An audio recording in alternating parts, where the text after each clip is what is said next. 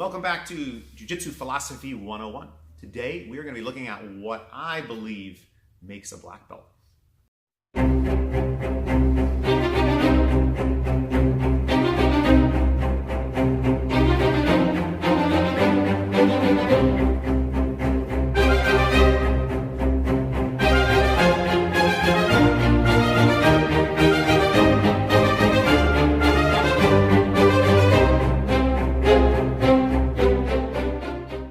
So black belt, right? Everyone wants to ultimately be one. Everyone looks at them like they have some kind of awe, except for perhaps other black belts.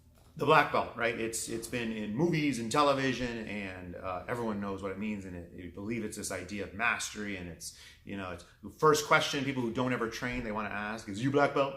Is you black belt? And yeah, black belt. It's what I hope basically everyone who's watching this, you either are one or you're on the path to becoming one. First things first, there are different ideas about black belt, and we just have to realize, in my opinion, people are allowed to have different approaches to it, different beliefs. Their belief does not, in my opinion, diminish mine, and my opinion on it should not diminish theirs. I could have very specific arguments for why I disagree with other people's approach to handing out black belts, to being a black belt, to judging other people for being black belts, which is mostly, I think, a silly thing to do. We all have our own measure for it. I think the best approach is to realize that it doesn't all mean the same thing. I've been in the martial arts for 30 years now, seeing black belts in different disciplines, having black belts in different disciplines. Realize that the idea that in some way someone else having a black belt for a different criteria diminishes yours in any way is an incredibly toxic idea.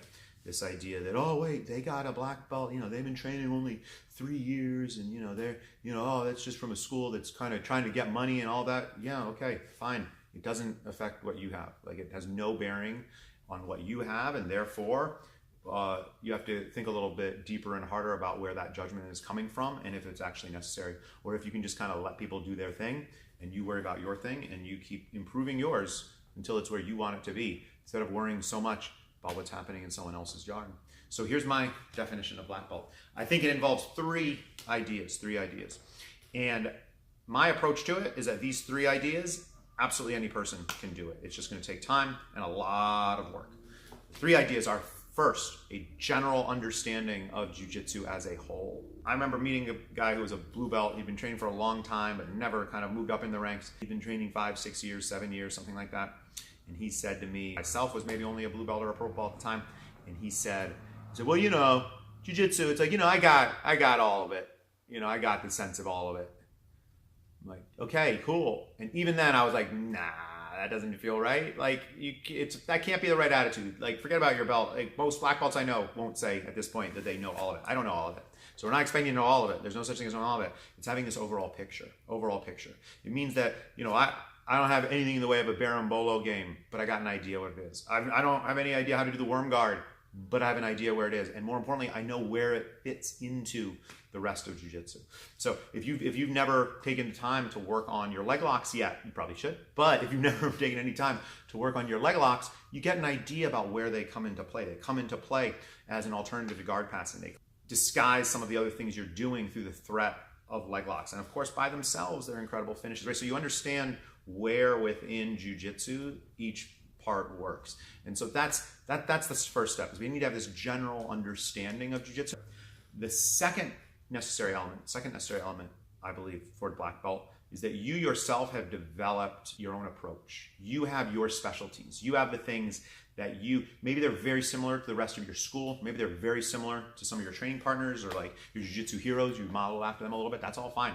But you have your thing. This is what you have defined as you. Someone who was training with you would recognize, like, if everyone was forced to be blindfolded and someone trained with you, they'd be like, oh, yep, I know who that is.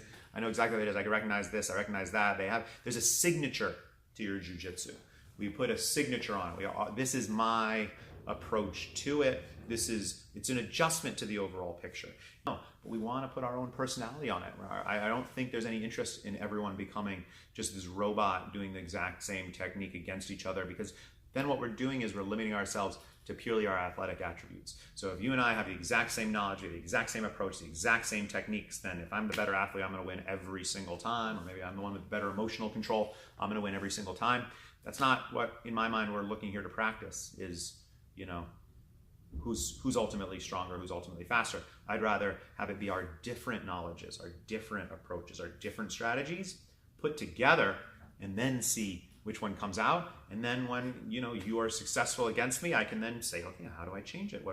How do I move it around a little bit more? I find that way more interesting. So that's the second element, is that we need to have kind of a signature version of jiu-jitsu for ourselves.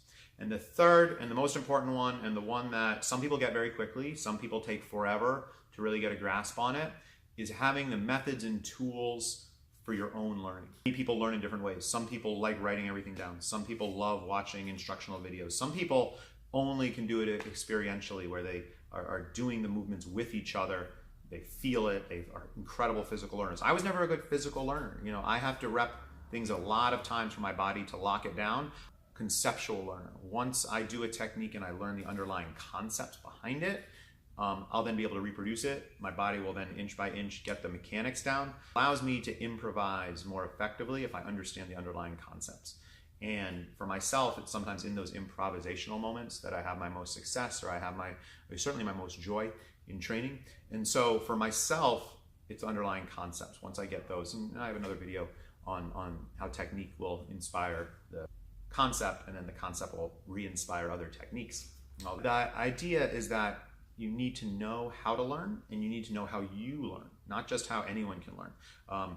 As some of us progress from being a student to a teacher, we now have to start opening that knowledge into how does everyone else learn, because everyone doesn't learn the same way.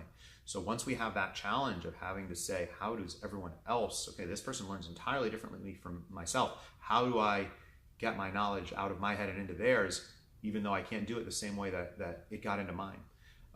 That becomes the next level challenge beyond that, beyond black belt. Not that you can't be a teacher before then, you should start concerning these things before black belt, but certainly after, where you're going to, even if you don't own a school or run a program or any of that, you're going to be in a teaching role in many of your training sessions as a black belt. You need to figure out how to express yourself and in different languages to a certain degree. So those are our 3 points, right? First, you need to have a general understanding of jiu-jitsu as a whole. Second, you need to have your own signature approach to it. And third, you need to learn how it is that if you have these 3 things down, in my opinion, you have the recipe to then move forward as a black belt. I think that, you know, there's a lot more could be put on that. Some people are going to hear this and say, what? You didn't say any requirements about technique? Yeah, I'm not saying that those things aren't in there as well. It's all kind of baked into the cake. But those 3 general ideas should be what you as a lower belt are focusing on, or are making sure that you're developing equally, and that you're not just saying to yourself, okay, a blue belt, I got jiu-jitsu, you know, I've got the 2 moves that I love, I've got, you know, that's good, because you're actually, you know, maybe that means your signature approach to jiu-jitsu is really strong, but you don't have a larger scope, and you're not learning much anymore. I've seen people do that at very early stages, and they sometimes, they quite often get tired of jiu-jitsu. They're like, it's boring, I'm done. It's not boring, they're not done. They just have decided that it's a much smaller thing than it actually is. All right.